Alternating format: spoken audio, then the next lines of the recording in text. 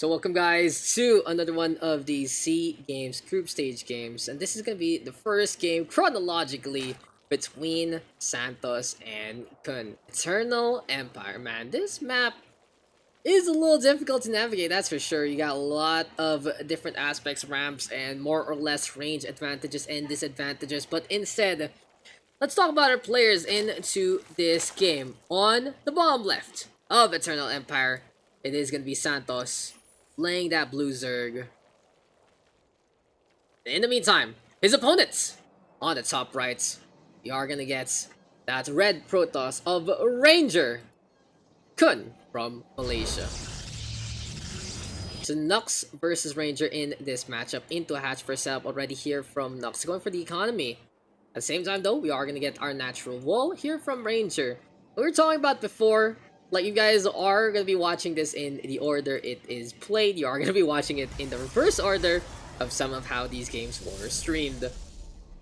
We were talking before that Ranger really having more or less that late game prowess, knowing these exact compositions. NUKS in the meantime really heavy on the macro, getting as many bases as he can, but he does get stuck in his way sometimes in terms of that tech. We'll see how he's able to make this one happen into the technical game number 1. As the tractor is set on up already, spawning pool coming in behind as well. We see Ranger now trying to get in behind the middle line, maybe be pesty again with those minerals. Just try and break that micro, break that clump, force the drone. Look at that. Look at that drone. He can't decide where he wants to go. And all the small things here and now from our Protoss. That, yeah, you have to micro this. You have to micro this. That's the thing. Like, if you don't micro it, yeah, there you go. You're gonna get the mineral by mistake, and you have to back on out, because you can't bother them anymore. But, you know, it's fine, because he saw the spawning pool out and about, expecting Zerglings already. Time to get on away instead.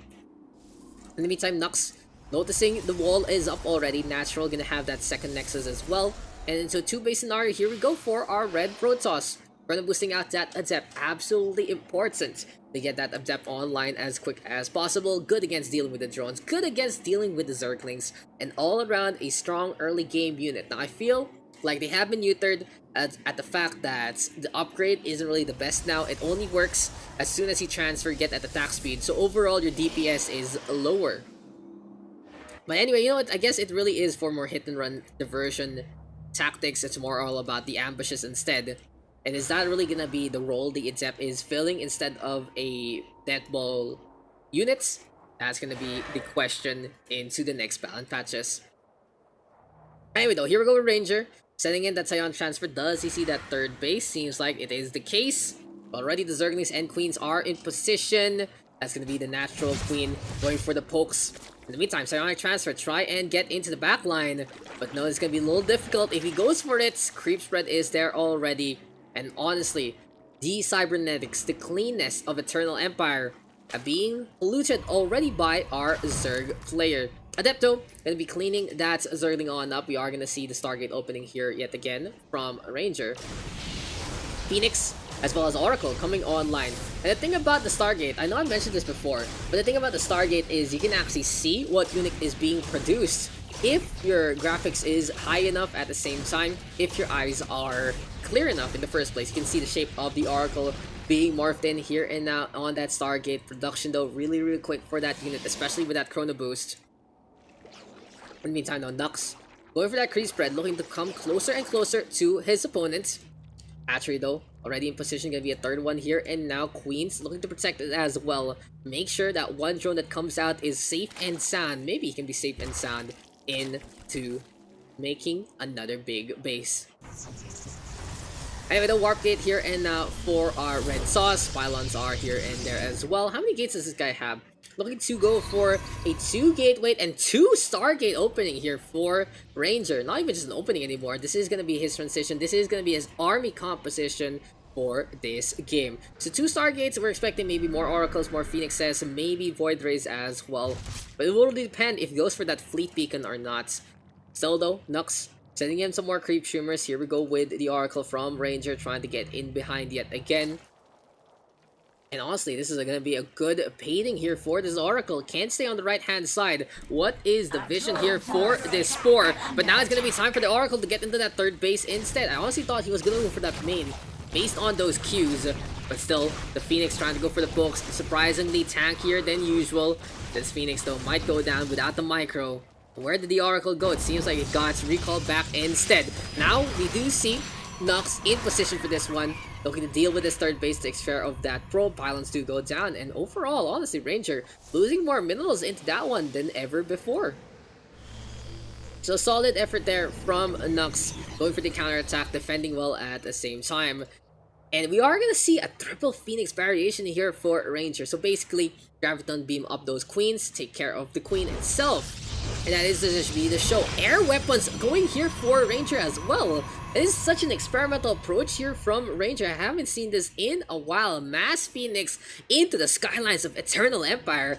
Honestly, a rare composition to see in this day and age. More or less a complementary unit over anything else.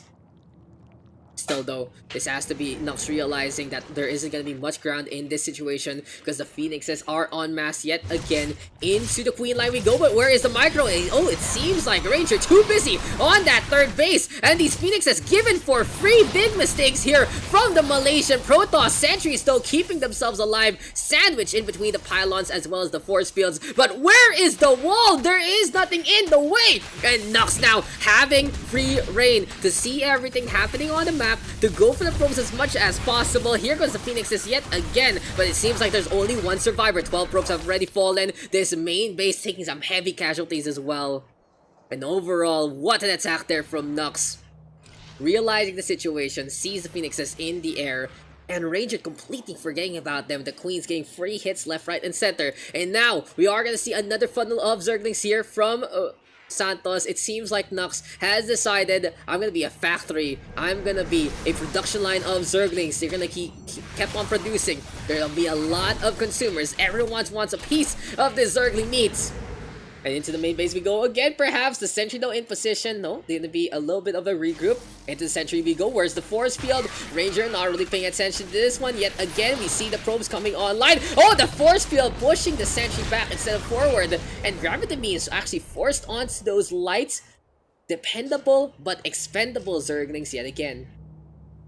Now it's a little difficult here for a Ranger. He's using energy to try and lift those Zerglings up. Sure, they will die pretty quickly against the beams of the Phoenixes, but at the same time, come on. You don't want to be wasting energy in that instance. You want to get priority targets, maybe drones, maybe queens as well. I think queens are really the big one here for a Ranger. In the meantime, though, we are going to get Roach Tech as well as Reconstitution here for NUKS.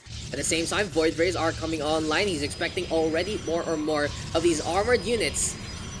Still though, Zerglings running around. Here we go with the Phoenix Brigade yet again. Oh, a lot of queens now in position. And sure, you can Graviton beam one or two of them, but DPS now for the queen might be enough to deal with the Phoenixes in the air. He went for +1 air weapons instead of armor, so they aren't going to be as tanky as it can be.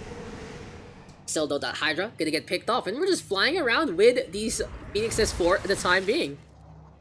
Still though, here we go with the Adepts, here we go with the Sentries, looking to get in position as well. Zerglings now on the left hand side, the Pylon gonna be built at the same time, still trying to get a fort base here for Ranger. And into carriers we go! So the Golden Armada is gonna be the show. Like, by the point, when you see 2 Stargates, like, this has to be Golden Armada. You're wasting your time, you're wasting your resources, you're wasting your production line if you are not gonna go for this. Now, sure, you can go for Tempest. Very good against Massive, sure, good against Broodlords, good for that range advantage as well, maneuverability. But damn, why? Why go Tempest when you can go and go for carriers instead? But it is gonna be NUKS looking to punish this hubris basically from Ranger. Playing against the ground, air against ground. Void Ray still looking to get in position, but the Nidus Worm will be able to spawn. And the Zerglings get on now. It seems like it's not going to be the case. But a second Nidus Worm might be coming online. At the same time though, this third base will go down here, and now Bile does not connect. Good stays trapped there. Oh, gonna be a defense here from Ranger instead. I guess I'm assuming too early as the force fields are now into position yet again. Still though, gonna be force fields to try and get on away, but the Nidus Worm is in position to funnel out those Zerglings, keep on keeping on. spitting those out as much as possible. Graviton Beam now to try and lift that Ravager yet again, but 5 Pros already do go down. Interceptors now being sent against the opposition, and the Queens are actually on the inside. Extra anti-air here from the Hydralisk as well. And a lot of Protoss corpses falling left, right, and center. Big advantage here for NUKS, and he gets some huge helmets onto that carrier. Third base goes down. And it's time to get out of dodge. The damage has been done. I love how NUKS is not really pushing it. He forces some probes to be pulled, forces these probes to transition to a fort, and he forces some damage onto the carriers as well as the Phoenixes as well. So basically, this is NUKS getting so much value with that attack.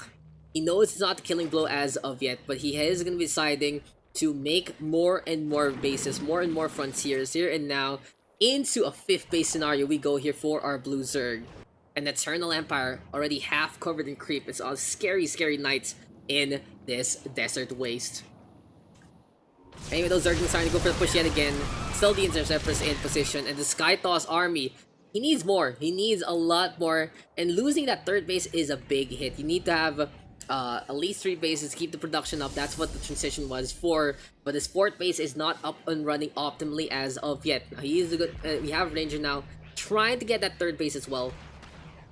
Carriers though, looking to get in position, stay strapped to get in the way though.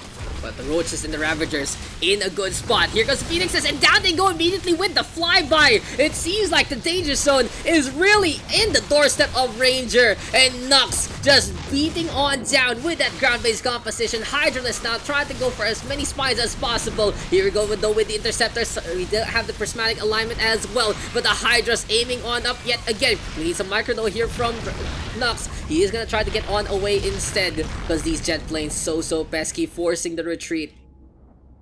It's a little difficult right now here for NUKS. He needs more Hydralisk, he needs more anti-air, and he is gonna go for Spire Tech as well. Maybe get them Corruptors up into the skylines.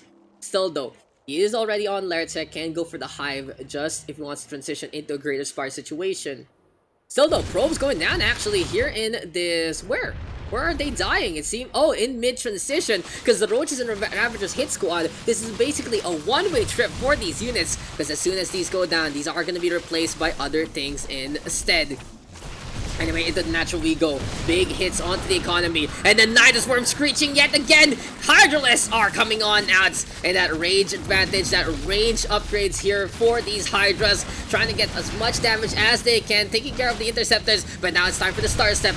A little bit of that Terran flavor. Marine Star Step with these Hydras slithering on in. Carriers flying into the atmosphere, gonna be burning on down instead, and all the carriers do drop melee animations here for the Hydras, and Ranger will fall in this scenario. NUKS takes the win, able to deal with the air. What a game there. Really interesting approach there from Ranger, but I feel like losing those Phoenixes early for free, not able to react in time to his opponents, really costing him the game. And yes, your carriers, you're cool with 4. No. From StarCraft 1, there's always been one rule. Max that out. You get 200 with probes and carriers, and you are good to go. It's a lot more difficult, especially in StarCraft 2. And it's just, I don't think it really works unless you are able to keep up your economy. NUKS was able to realize that. Went for attack after attack after attack. As soon as he saw Mass Phoenix, he knew that was many Stargates, so he's expecting these expensive units. Like, come on, why wouldn't he go carrier? It's not gonna be much anyway. Like, if he doesn't go carrier, he goes Void Ray, right? Maybe Tempest as well, and NUKS can just adjust for that. So well played there to NUKS. That was game number 1, him taking the lead in the series. And I know, if you watch the cast in the order of how the games are gonna go, it's gonna be a little weird, because the scoreline's gonna be a little weird as well. But, you know, basically, good on NUKS, taking advantage, realizing when to attack, realizing what is in store for him, and taking a W for the PH scene.